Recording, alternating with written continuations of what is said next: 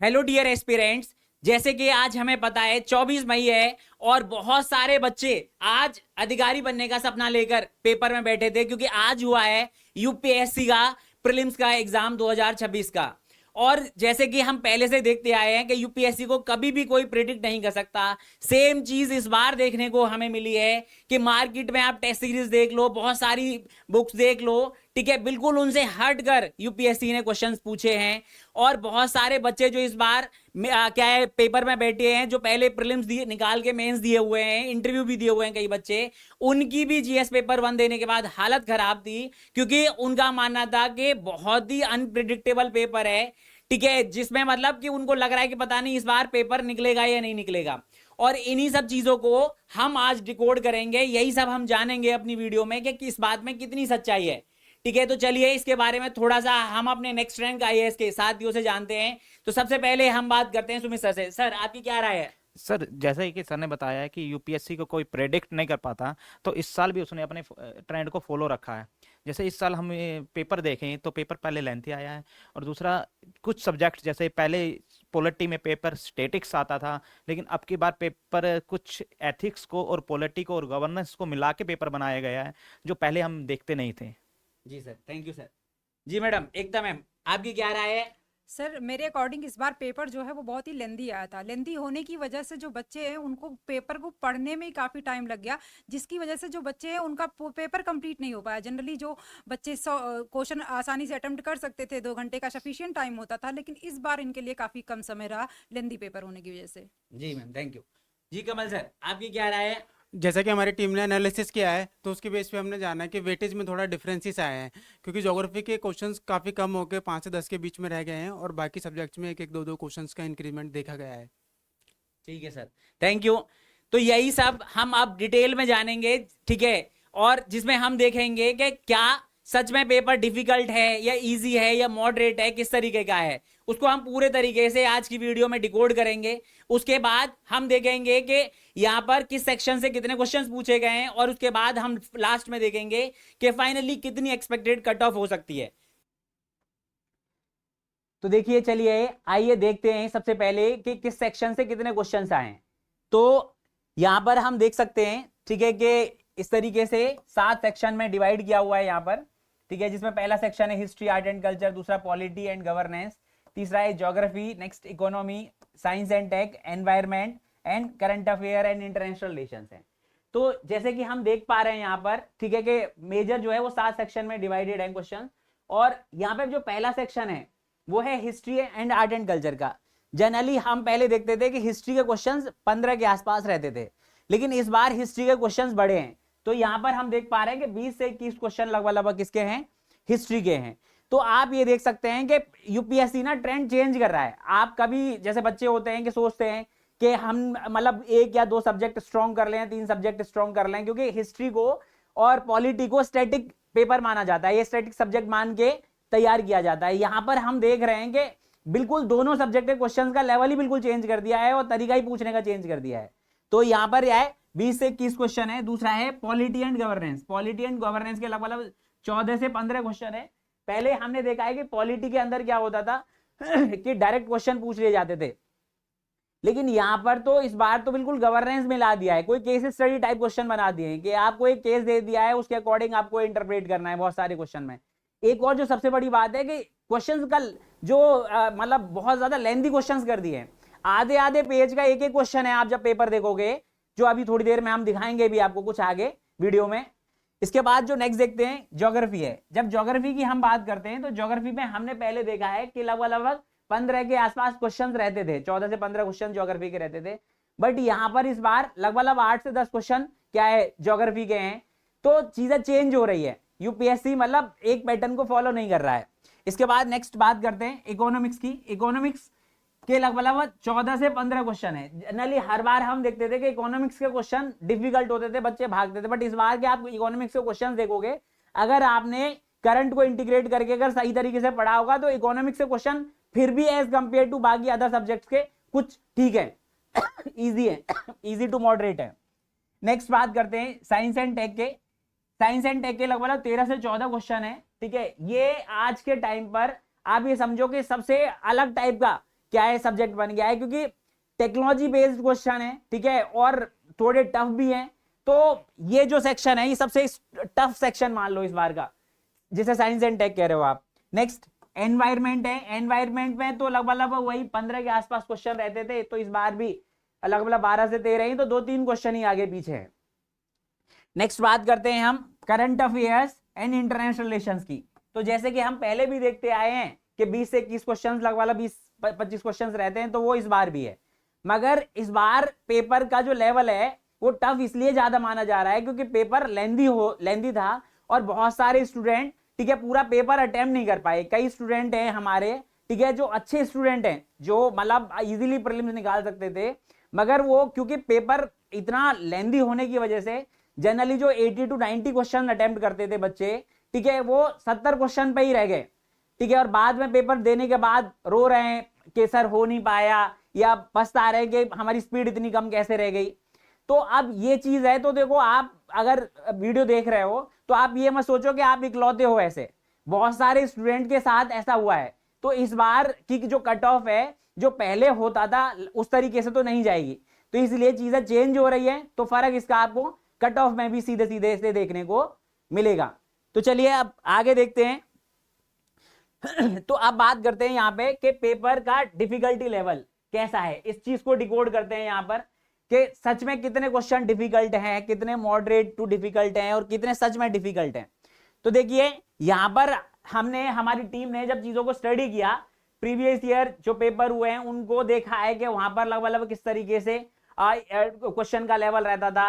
इस बार जब हमने चीजों को देखा, हमारी टीम ने प्रॉपर तरीके से स्टडी किया, तो यहाँ पर पाया कि जो क्वेश्चन पहले सीधे डायरेक्ट क्वेश्चन होते थे वो इस बार बहुत कम हो गए हैं। जो डायरेक्ट क्वेश्चन है भी है वो भी अच्छे खासे लेवल के हैं। तो यहाँ पर आप ये मान लीजिए लगभग 25 क्वेश्चन, लगभग 25% के आसपास ही क्वेश्चन है जो बिल्कुल इजी है, जो मतलब अगर आपकी प्रिपरेशन है तो वो गलत नहीं होने चाहिए थे किसी भी हालत में। जो जनरली पहले क्या होता था लगभग 35 के आसपास हम मानते थे। अब यहाँ पर आप देख पा रहे हो, ठीक है, मॉडरेट टू, ठीक है, डिफिकल्ट, लगभग 35 से 40 क्वेश्चन है। अब यहाँ पर तो आप ये देख लो कितने हो गए, लगभग के लगभग 60%, 60 क्वेश्चन के आसपास आप इजी टू मॉडरेट मान लो। बाकी जो 40 क्वेश्चन है यहाँ पर, ठीक है, वो अच्छे खासे लेवल के हैं, लेंदी है, ठीक है, ऑप्शन मल्टीपल ऑप्शन है, कई तो स्टेटमेंट है, फिर उनके सब स्टेटमेंट में है, ठीक है, तो आधे आधे पेज में क्वेश्चन आ रहा है। तो जिसकी वजह से बच्चे ने कई बार टॉपिक पढ़ा भी है तो भी वो फंस रहा है उसमें क्योंकि वो स्टेटमेंट लेंदी है, लेंदी होने के बाद कई क्वेश्चनों में फिर स्टेटमेंट के अंदर भी स्टेटमेंट है, तो इसीलिए वो दिक्कत आ रही हो, इसलिए उसको कहां पे रख दिया है, डिफिकल्ट की कैटेगरी में रख दिया है, ठीक है। अब ये सारी चीजें, इसको अब हम पेपर देखते हैं, पेपर में दिखाएंगे आपको और उससे आपको आइडिया लगेगा। तो उसकी शुरुआत हमारे साथ करेंगे हमारी टीम में सबसे पहले सुमित सर आइए। जैसा कि आज हम पेपर डिस्कस कर रहे हैं, तो हम पहले पेपर को देखते हैं, पेपर में कैसी तरह का पेपर आया है, कितना डिफिकल्ट है, इजी है या मॉडरेट है। तो अभी हम इकोनॉमिक्स का पेपर देखने जा रहे हैं, क्वेश्चंस इकोनॉमिक्स के। ये देखें तो हम, यदि ये इकोनॉमिक्स का पेपर आया हुआ है, यदि आप देखें तो इकोनॉमिक्स के पेपर में कुछ अब की बार पेपर इजी टू मॉडरेट आया है, सिर्फ लैंग्वेज का फर्क है। लैंग्वेज थोड़ी उन्होंने घुमा के दी हुई है, या थोड़ी उन्होंने कहे कि अपने लैंग्वेज को थोड़ा हार्ड किया हुआ है, नहीं तो पेपर जो हर बार आता है इजी टू मॉडरेट वही आया हुआ है। जैसे अब इसमें एक इंडेक्स की बात करें, ये फाइनेंशियल इंक्लूसिव इंडेक्स, ये पिछली बार भी इससे क्वेश्चन आया हुआ था, एक इंडेक्स से इकोनॉमिक्स से, अब की बार भी क्वेश्चन आया हुआ है। सिर्फ इसने इंडेक्स को 1 2 3 की फॉर्म में ना देके ABCD की फॉर्म में दे दिया, यानी क्वेश्चन वही है, सिर्फ उसको लैंग्वेज उसने चेंज कर दी है। उसके बाद यदि हम देखें, पिछली बार भी डिजिटल रुपीज पे क्वेश्चन आया हुआ था, अब की बार भी डिजिटल रुपीज पे क्वेश्चन आया हुआ है। उसने सिर्फ डिजिटल रुपीज को UPI से कंपेयर करके क्वेश्चन को दे दिया। ऐसे ही हम देखो एक नया क्वेश्चन आया हुआ है, जो आजकल हम क्रिप्टो करेंसी पढ़ते हैं, NFT पढ़ते हैं, तो उस पे एक नया क्वेश्चन आया हुआ है, tokenization of real world assets. ये क्वेश्चन कुछ बच्चों के लिए हार्ड लगेगा, लेकिन यदि हम इसकी स्टेटमेंट पढ़े तो स्टेटमेंट पढ़ के ये क्वेश्चन बहुत ही इजी से, आसानी से हो सकता है। इस क्वेश्चन में सारी स्टेटमेंट बिल्कुल करेक्ट है। अब फिर हम और क्वेश्चन देखे, जैसे अब ये ग्रीन बॉन्ड वाला क्वेश्चन आया हुआ, एक बॉन्ड वाला क्वेश्चन आया हुआ था जिसमें बात की है सिर्फ बॉन्ड्स की, जो से इन्वायरमेंट और सोशल प्रोजेक्ट। इसमें इसने बच्चों को फंसाने के लिए ग्रीन बॉन्ड दे दिया, सोशल बॉन्ड दे दिया। एक्चुअली क्या इन्वायरमेंट होता तो ग्रीन होता, सोशल होता तो सोशल बॉन्ड होता। अब इसने दोनों का कंबाइंड दे दिया, तो यहां कौन सा आ जाएगा, सस्टेनेबल, जो इन्वायरमेंट भी होता है और सोशल भी होता है। तो इस बार इन्होंने क्वेश्चन की फॉर्म को चेंज कर दिया थोड़ा डिफिकल्टी करने के लिए, लेकिन जिन बच्चों ने इसकी तैयारी अच्छे से की हुई है उनको पता होगा कि ये क्वेश्चन इजी और मॉडरेट के लेवल पे ही है। जैसे अब एमएसएमई, आज आपको पता है एमएसएमई के लिए सरकार बहुत स्कीम चलाती है, तो उसी से एक क्वेश्चन इन्होंने इसमें डाल दिया। एक एक्सचेंज बना हुआ है, एमएसएमई एक्सचेंज। अब एक्सचेंज यदि जैसे आपको पता है सेबी है, ठीक है, ये एक्सचेंज को मेंटेन करता है, बीएससी को, तो ये कोई लोन देने वाली नहीं है, तो इसलिए यहां यदि किसी को पता हो तो ये कोलैटरल बेस्ड लैंडिंग करता ही नहीं है। तो यहां क्वेश्चंस की सिर्फ उन्होंने फॉर्म चेंज की है। यदि कोई किसी ने अच्छे से पढ़ा हो तो वो इन क्वेश्चन को इजी से कर सकता है। इसमें एलिमिनेशन थ्योरी भी लगाएगा, तो पहला और थर्ड खत्म। तो उसको किस में डिवाइड देखना है, दूसरे और बी और सी में। ऐसे ही ये क्वेश्चन रेयर अर्थ मेटल का न्यूज में बहुत बार आता है। फिर हम जाते हैं और क्वेश्चन, ये क्राउडिंग, ये यूपीएससी कई बार पूछ चुका है, क्राउडिंग इफेक्ट होता गया है। जैसे गवर्नमेंट अब डेट पे डेट आ रहा है, तो गवर्नमेंट अपना फाइनेंस करती है।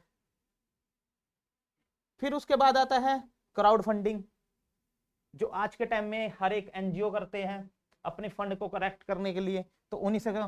फिर आता है अभी एक आपने देखा होगा एनबीएफसी का इश्यूज बहुत ज्यादा आ रहा है, क्योंकि ये लोन्स बहुत ज्यादा न्यूज में सुनने को मिलते हैं, उसकी वजह से। अब इसमें एलिमिनेशन थोड़ी देखो, पहला स्टेटमेंट यदि किसी ने एनबीएफसी के पढ़ा हो तो पहला ठीक है और तीसरा इसका गलत है, तो तीसरा एलिमिनेशन से लगाओ, तो तीसरा ये गलत, ये गलत, और पहला ठीक है। दो स्टेटमेंट से क्वेश्चन हो रहा है, ठीक है। तो इस बार इकोनॉमिक्स का पेपर देखेंगे तो हम इकोनॉमिक्स वालों में इजी टू मॉडरेट आता है।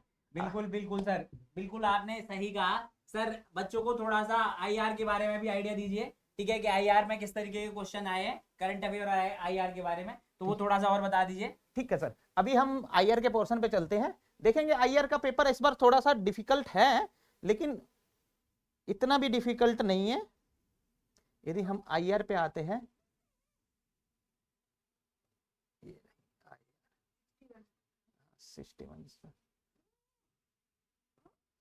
ये यहां से ले लो बस।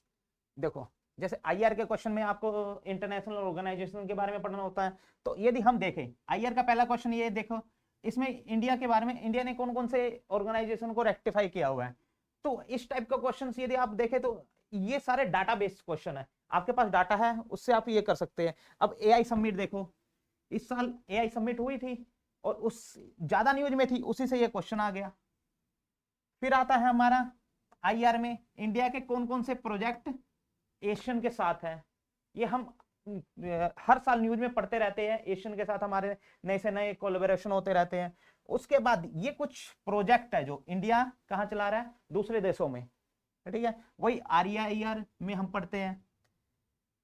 फिर उसके बाद आते हैं जैसे इंडिया के कुछ मल्टीलेटरल कोऑपरेशन, ये कुछ फैक्ट बेस है जो आपको याद करने होते हैं, लेकिन आईआर में ये हम हर साल पढ़ते हैं, क्योंकि देखो आईआर एक वाइडर सब्जेक्ट है जिसको आपको हर साल न्यूज में रहता है। और इस साल तो हम आप देखें वॉर की वजह से और जो एग्रीमेंट्स हो रहे हैं उसकी वजह से ये न्यूज ज्यादा हो रही है, तो आईआर पे हमें ध्यान देना पड़ता है। उसके बाद एक क्वेश्चन, ये कुछ पिछले सालों के क्वेश्चन है, ये आप डिफिकल्टी कह सकते हो कि हमें ये डाटा याद करना पड़ता है, जैसे पीस कीपिंग ऑपरेशन कहाँ कहाँ चले थे किस ईयर में। लेकिन एक जैसे ये क्वेश्चन है यूएन ऑर्गेनाइजेशन एजेंसीज कि भाई किसको कितनी बार नोबेल प्राइज मिला हुआ है। तो इसमें यदि हम ओवरऑल देखें तो आईआर में भी कुछ मॉडरेट टू डिफिकल्टी लेवल है। कुछ क्वेश्चन हम बात कर सकते हैं मॉडरेट है, कुछ डिफिकल्टी है, जैसे ये फैक्ट बेस्ड जो हम बात कर रहे हैं कि ये पिछले सालों का डाटा याद करना। ठीक है सर, बिल्कुल बिल्कुल सर,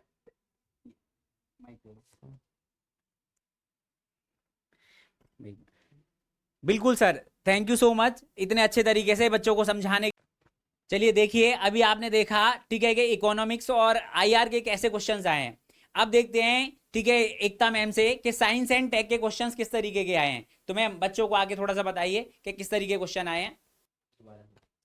थैंक यू सर। तो अभी हम लोग बात करते हैं साइंस एंड टेक पोर्शन की। तो साइंस एंड टेक पोर्शन की अगर बात की जाए तो जनरली जो यहाँ से क्वेश्चंस आए हुए हैं वो जो हमारे रिसेंट टॉपिक रहे हैं करंट में वहीं से रिलेट करके पूछा गया है। तो यहाँ पर अगर हम देखें तो हमारा जो क्वेश्चन नंबर 41 है, यहाँ पर जेनेटिक मेडिसिन के बारे में बात की गई है। तो यहाँ पर अगर आप देखेंगे तो यहाँ पर आपको 3 ऑप्शन दिए हुए हैं और 3 ऑप्शन में से ही आपको चूज करना है। और जनरल लेवल पे देखा जाए तो ये काफी आसानी से सॉल्व क्वेश्चन किया जा सकता था। उसके बाद यहाँ पर स्टील ऑब्जेक्ट के बारे में क्वेश्चन है जो कि ये भी काफी आसानी से सॉल्व कर सकते हैं हम। तो करने का मतलब है यहाँ जो क्वेश्चंस आए हुए हैं अगर हम इन पर फोकस करें तो जो करंट में टॉपिक रहे हैं वहीं से क्वेश्चन देखने को मिला है। और अगर हम करंट के टॉपिक को अच्छे से रिलेट कर पाते तो यहाँ पर हम काफी आसानी से क्वेश्चन को कर सकते थे। क्योंकि अगर आप बाकी सब्जेक्ट के क्वेश्चन को अगर देखें तो वहां पर हमें देखने को मिल रहा था कि एक हमारा ऑप्शन था, फिर ऑप्शन का सब ऑप्शन था, जो कि यहाँ पर आपको देखने को नहीं मिला है। तो यहाँ पर बस एक बार में हम एलिमिनेशन मेथड अप्लाई करके भी चीजों को सॉल्व कर सकते थे। तो इस तरह से साइंस एंड टेक पोर्शन में आपको देखने को मिला है। बिल्कुल बिल्कुल मैम, थैंक यू सर। ठीक है, थैंक यू मैम, आपने इतनी जानकारी बच्चों को दी कि साइंस एंड टेक का पेपर कैसा आ रहा है। जैसे कि बिल्कुल सही कहा मैम ने कि हम देख पा रहे हैं कि साइंस एंड टेक के जितने भी क्वेश्चन हैं वो most of the questions current से हैं, कि करंट में जो भी चीज न्यूज में चल रही है, जिस तरीके से भी टॉपिक न्यूज में है, ठीक है, उन्हीं के बैकग्राउंड से क्या है क्वेश्चंस पूछे गए हैं। बस फर्क इतना था कि आपने क्या वो क्वेश्चंस पढ़े हैं। अभी हमने कुछ दिन पहले ही देखा था ब्लैक बॉक्स के ऊपर इतना इशू हुआ था, ठीक है। तो अगर आप न्यूज में प्रॉपर बने हुए थे, आप चीजों को पढ़ पा रहे थे, तो कोई इतना मतलब मुश्किल नहीं है चीजें। बस फर्क इतना है कि क्या हम अपडेटेड थे चीजों से, वो वाली बात थी। थैंक यू मैम, ठीक है। तो देखिए अब हम ज्योग्राफी और एनवायरनमेंट के लिए ठीक है कमल सर से जानेंगे कि कमल सर किस तरीके का पेपर आया है। प्लीज कमल सर आके बच्चों को बताइए कि ज्योग्राफी और एनवायरनमेंट का डिफिकल्टी लेवल कैसा है। जी सर। Thank you sir. जैसा कि हमने देखा है कि एजुकेशनल सिस्टम जो इवॉल्व करता जा रहा है, ऐसे ही हमारा जो यूपीएससी वो भी अपने पेपर को इवॉल्व कर रहा है। और ज्योग्राफी और इन्वायरमेंटल एंड इकोलॉजी बहुत इंपॉर्टेंट टॉपिक है यूपीएससी के पर्सपेक्टिव में, क्योंकि इसमें इंडियन फॉरेस्ट सर्विस के भी बच्चे अपीयर होते हैं। तो इसके पर्सपेक्टिव से देखें तो क्वेश्चंस का जो लेवल की हम बात करते हैं, क्वेश्चंस हम सर्च 30 से तो क्वेश्चन देखे तो क्वेश्चन कुछ अलग नहीं रहे। जो कुछ टॉपिक जो ऑलरेडी न्यूज़ में थे उन्हीं टॉपिक्स को यहाँ से क्वेश्चन पूछे गए उन्हीं में से। जैसे स्ट्रेट ऑफ हॉर्मुज अभी इसको बंद कर दिया गया था तो उसको लेके क्वेश्चन पूछा गया है। उसके अलावा हम देखें तो ये टुंगरहुआ वल्केनो, ये पूरा फैक्चुअल क्वेश्चन है। अगर किसी को पता था तो वो इसको बताते, अदरवाइज इसको स्किप करना ज़्यादा सही था। उसके अलावा देखें माधव नेशनल पार्क से क्वेश्चन पूछा गया है। तो क्वेश्चन का जो पैटर्न है, कुछ क्वेश्चन काफ़ी डिफिकल्ट रहे हैं और कुछ क्वेश्चंस काफ़ी ज़्यादा फैक्चुअल थे, जो आपको पता है तो आप उसको आंसर दे सकते थे। उसके अलावा देखें तो जैसे कि अंडमान एंड निकोबार द्वीप में की सीधा क्लाइमेट से रिलेट करके पूछा गया है। क्वेश्चन डेप्थ में अगर किसी को कंसेप्चुअल नॉलेज थी तो वो उसको अच्छे से आंसर कर सकते थे। उसके अलावा कुछ क्वेश्चन देखें तो कुछ क्वेश्चन जैसे सागरमाला प्रोग्राम है जो कि 2015 में लॉन्च हुआ था, ये काफ़ी लेंथी क्वेश्चन था। कुछ क्वेश्चंस काफ़ी ज़्यादा लेंथी पूछे गए हैं, इसकी वजह से पेपर अटैम्प्ट करना काफ़ी ज़्यादा मुश्किल हुआ कुछ बच्चों के लिए। तो कुल मिला के अगर जो और कुछ इन्वायरमेंटल एंड इकोलॉजी की बात करें तो कई सारी कुछ स्पीसीज को लेके क्वेश्चन पूछा गया है जो कि यूपीएससी का फेवरेट है और वो हमेशा इस टाइप के क्वेश्चन हमेशा पूछता रहता है। तो जो भी बच्चे इस बार उसको जिनका सही नहीं हो पाया है या फिर जो नेक्स्ट ईयर अपीयर करना चाहते हैं वो इस टाइप के क्वेश्चंस पर काफ़ी ज़्यादा फोकस रखें, पैटर्न को समझें और उसको अच्छे से प्रिपेयर करें। Thank you sir. Thank you Kamal sir, ठीक है, बच्चों को इतनी इंपॉर्टेंट जानकारी देने के लिए। अब बात करते हैं, ठीक है, आपने देखा कि सुमित सर, एकता मैम और कमल सर ने आपको बताया कि किस तरीके से इकोनॉमिक्स, एनवायरनमेंट और इसके बाद international relation, science and tech, इन सब के किस तरीके के ज्योग्राफी के क्वेश्चंस हैं, ठीक है। तो सभी में हमने देखा कि क्वेश्चन इजी टू मॉडरेट हैं एंड देन कुछ डिफिकल्ट भी हैं। सबसे बड़ी जो चीज़ है इस बार देखी गई है वो है क्वेश्चंस लेंथी बहुत ज़्यादा है, ठीक है। लेवल जो है वो टफ इसलिए भी थोड़ा ज़्यादा लग रहा है क्योंकि मल्टीपल ऑप्शंस हैं, फिर सब ऑप्शन है, फिर करंट से इंटीग्रेटेड है, करंट से आप कितने अपडेटेड हो वो भी चीज़ें मैटर कर रही है। तो चलिए फाइनली अब देखते हैं हम के हिस्ट्री और ठीक है पॉलिटी के किस तरीके के क्वेश्चंस रहे, थोड़ा सा उनके बारे में यहाँ पर जानते हैं कि उनके किस लेवल के क्वेश्चंस हैं। तो देखिए चलिए आइए सबसे पहले हम देखते हैं हिस्ट्री कैसा है। तो देखिए यहां पर हमने देखा है कि जो हिस्ट्री के पहले क्वेश्चन आते थे लास्ट ईयर तो बहुत ही इजी क्वेश्चन थे। इस बार हिस्ट्री का जो क्वेश्चन का लेवल है वो काफी ज्यादा टफ है, ठीक है, बच्चों के अकॉर्डिंग। तो यहाँ पे आप देख पा रहे हो जो पहला ही क्वेश्चन है हमारा, जो ये जो सेट हम देख रहे हैं ये सेट ए है इस बार का। और यहाँ पर आप जो पहले 20 क्वेश्चन देखोगे वो हिस्ट्री के देखोगे। यहाँ पे जो पहला क्वेश्चन है ये बेसिकली कार्नाटिक और जो म्यूजिक है, ठीक है, और हिंदुस्तानी म्यूजिक है उसके ऊपर ही है। अब अगर आपने सही तरीके से कार्नाटिक और हिंदुस्तानी म्यूजिक सही तरीके से पढ़ा है तो ये क्वेश्चन कोई टफ नहीं है, ये इजीली बनाया जा सकता है। अब यहां पर आप दूसरा क्वेश्चन देखोगे तो बेसिकली ये है हिल्टन यंग कमीशन के ऊपर जो 1926 में बना था, ठीक है। इस कमीशन का जो दूसरा नाम है वो royal commission on Indian currency and finance है, ठीक है, जिसके रिकमेंडेशन से रिजर्व बैंक ऑफ इंडिया भी बना था। तो कहने का मतलब ये है कि अगर आपने सही तरीके से टॉपिक पढ़े हैं, आपके बेसिक कॉन्सेप्ट क्लियर हैं, तो कोई इतना टफ नहीं है। मगर बात यह है कि बच्चे उस लेवल पर पढ़े ही नहीं है, तो इसलिए थोड़ी सी दिक्कत आ जाती है और कुछ नहीं है। अब जैसे कि यहां पर आप देख पा रहे हो इस क्वेश्चन में, यहां पर ये बेसिकली नागर स्टाइल जो हमारा का आर्किटेक्चर है उसके ऊपर क्वेश्चन है। अब दिक्कत क्या है यहाँ पर, जनरली हम जो देखते हैं कि वो एक या दो ऑप्शन ही होते हैं। यहाँ पर कितने, यहाँ पर 4 तो स्टेटमेंट है, देन फिर सारी चीजें हैं, तो इसीलिए ये डिफिकल्टी लेवल यहाँ पर पेपर का बढ़ गया है। अब जब यहाँ पर आप ऊपर देखोगे, यहाँ पर इस क्वेश्चन में देखो आप, तो सेम वही चीज है, ठीक है, कि यहाँ पर 2 स्टेटमेंट है, फिर उनके अंदर 2 सब स्टेटमेंट है। तो अब ये ट्रेंड तो हमने देखा नहीं ना पहले, तो इसीलिए इसका डिफिकल्टी लेवल पहले से बहुत ज्यादा माना जा रहा है। आप यहाँ पे ऊपर जाओ, ठीक है, इसी तरीके की अभी और सेम चीज देखने को मिलेगी आपको। तो ये चीज हर क्वेश्चन के अंदर है, ठीक है। आप यहां पर देखो इस क्वेश्चन में कितने बड़े बड़े स्टेटमेंट है, इस वाले में देखिए आप। तो कहने का मतलब ये है कि पेपर बेसिकली उतना टफ नहीं है, मगर क्या है, लेंदी होने की वजह से, स्टेटमेंट ज्यादा होने की वजह से क्या है, बच्चे कंफ्यूज हुए, कंफ्यूजन की वजह से बहुत सारे क्या है जो उनके आंसर्स हैं वो गलत हो गए। तो कहने का मतलब है हिस्ट्री की अगर हम बात करें तो कैसा है, तो हिस्ट्री के अंदर आप 20 से 25% क्वेश्चन तो इजी है, उसके बाद जो बचे क्वेश्चन है वो मॉडरेट हैं, एंड देन लास्ट मेरे हिसाब से, या आप ये समझो कि 7 से 8 क्वेश्चन काफी टफ है। अब इसके बाद यहां से आगे चलते हैं हम पॉलिटी की तरफ, कि पॉलिटी का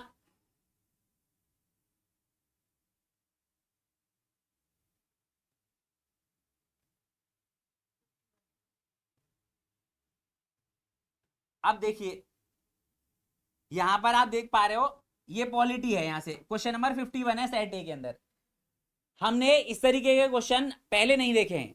यहां पर आप देख पा रहे हो कि प्रॉपर क्या है, एक कंडीशन बनाई गई है, उस कंडीशन के अकॉर्डिंग चीजें दी गई है, देन फिर ऑप्शंस में पूछा गया है कि ये किससे रिलेट कर रही है। तो आप इस क्वेश्चन को जब देखोगे तो आधे पेज का एक क्वेश्चन है। बात यह है कि ये टफ है या इजी है ये मतलब नहीं है, बात यह है कि टाइम टेकिंग है, ये बच्चे को पढ़ने में काफी टाइम लग रहा है, और ऐसे ही काफी सारे क्वेश्चंस हैं। आगे देखो यहां पर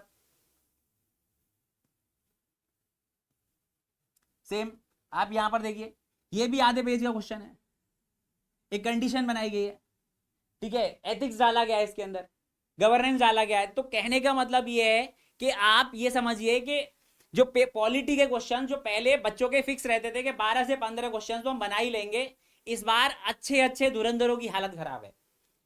और इसीलिए बच्चे जो इंटरव्यू भी दिए हुए बच्चे हैं, जो इंटरव्यू से मतलब रह गए थे लास्ट ईयर, कुछ बच्चे जो मेंस दिए हुए हैं उनकी भी हालत खराब है, वो भी पेपर को देख के यही कह रहे हैं कि पेपर का लेवल बहुत ज्यादा डिफिकल्ट है इस बार। और हमारी टीम ने जब चीजों को स्टडी किया और देखा तो ये पाया कि हाँ सच में मतलब बहुत ज्यादा टफ तो नहीं है कि बिल्कुल बोल दो कि बनेगा ही नहीं, बट अगर हाँ आपने ये पेपर निकालना है तो आपकी सीरियस प्रिपरेशन होनी चाहिए, बेसिक फंडामेंटल स्ट्रांग होने चाहिए, 1.5 से 2 साल करंट से इंटीग्रेटेड होने चाहिए, तब आप और प्रॉपर प्रैक्टिस होनी चाहिए, तो आप इस पेपर को निकाल सकते हो, इस पेपर को डिकोड कर सकते हो। तो हमारी टीम ने बिल्कुल इसी तरीके से इस पेपर को डिकोड किया है, और इसमें ये देखा है कि ये पेपर में 25% हम स्टार्टिंग में बात कर रहे थे, यहाँ पे जैसे कि हमने देखा था कि जो डिफिकल्ट इजी जो क्वेश्चन है वो लगभग कितने हैं 25, इसके बाद मॉडरेट की बात करोगे तो लगभग 35, और डिफिकल्ट की बात करोगे तो 40 क्वेश्चंस के क्या है लगभग यहाँ पे डिफिकल्ट हैं, तो हम इस पेपर को अगर रखें तो मॉडरेट टू डिफिकल्ट रख सकते हैं, बिल्कुल एक्सट्रीम डिफिकल्ट तो नहीं बोल सकते। ठीक है, तो ये सारी चीजें आपने जाना कि पेपर कैसा है। हमारी टीम ने इस पेपर को डिकोड किया है और हर सेक्शन के बारे में, हर जो मतलब सब्जेक्ट है उसके बारे में आपको बताया कि पेपर में किस तरीके क्वेश्चन आए हैं। तो एक चीज जो यहाँ पर निकल कर आई है हर तरीके से देखने के बाद, कि पेपर लेंथी बहुत ज्यादा है, बहुत सारे इवन सीरियस स्टूडेंट पूरा पेपर तक अटेम्प्ट नहीं कर पाए। पहले एक माइंडसेट होता था बच्चों का कि 90 प्लस तो अटेम्प्ट करने ही है। इस बार अच्छे अच्छे बच्चों के 70 से 75 क्वेश्चन ही अटेम्प्ट हो पाए हैं, क्योंकि वो अगर प्रॉपर तरीके से पढ़े हैं तो उतने ही क्वेश्चन पढ़ पा रहे हैं, 75 से 80 क्वेश्चन ही है। और वो 90 वाला जो ख्वाब था कि 90 प्लस अटेम्प्ट कर रहे हैं, तो आपकी या तो बहुत ही ज्यादा अच्छी स्पीड है तो आप पढ़ के आप 90 प्लस क्वेश्चन अटेम्प्ट कर पाए होगे। अदरवाइज जो नॉर्मल बच्चे हैं जिनकी स्पीड उतनी नहीं रही है, उनका तो वही 65-70 अटेम्प्ट हुआ है।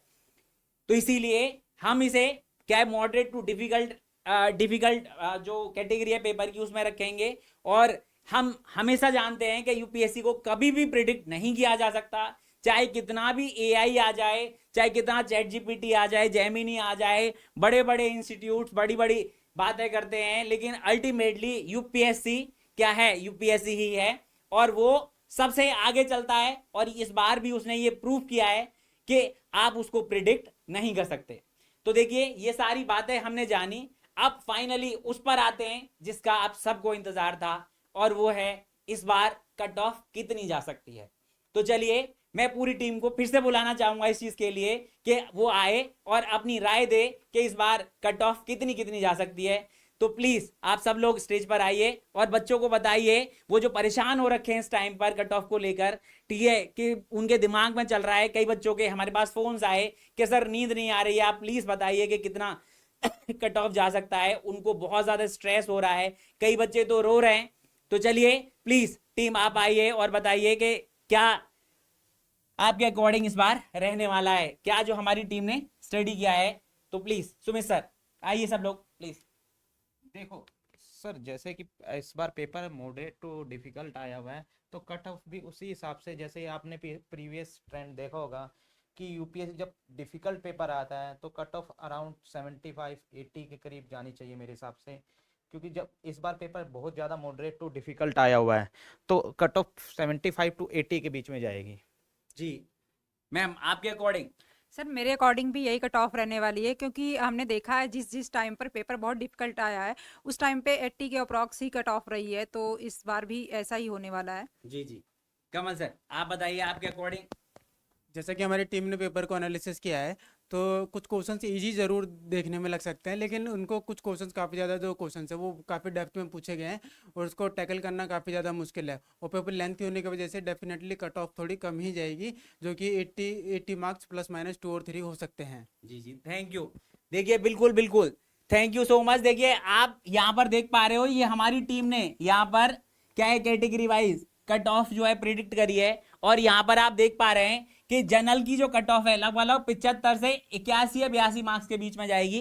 देखिए प्लस माइनस हो सकता है 1-2 नंबर, बट बहुत ज्यादा डिफरेंस नहीं आएगा, क्योंकि हमने देखा है प्रीवियस ईयर में 2023 में हमने देखा कि जब पेपर बहुत ही ज्यादा अनप्रिडिक्टेबल था तब 75 कट ऑफ गई थी। फिर 2024 में हमने देखा कि 87 है, 2025 में 92 कुछ कट ऑफ है, और इस बार जैसा 2023 में हुआ था उससे भी ज्यादा क्या अनप्रिडिक्टेबल चीजें हुई हैं। तो हमारी टीम ने जो चीजों को एनालाइज करके देखा है उससे बिल्कुल हमें यही लग रहा है कि इस बार भी कट ऑफ लगभग 75 के आसपास, या 75 में 2-4 नंबर प्लस माइनस कर लो, 80 के आसपास ही जाने की पूरी उम्मीद है। अब बात करेंगे यहाँ पर ईडब्ल्यूएस की, तो उनकी भी वही 2-3 नंबर 75 से 78 नंबर क्या है बैंड है, उसमें मान लीजिए। नेक्स्ट ओबीसी की कट ऑफ वो 2-3 नंबर का फर्क रहता है, तो 72 से 78 मार्क्स के बीच में मान लीजिए। शेड्यूल कास्ट एससी की अगर बात करोगे तो 65 से 75, और एसटी की बात करोगे तो 60 से 70 के बीच में कट ऑफ जाने की उम्मीद है।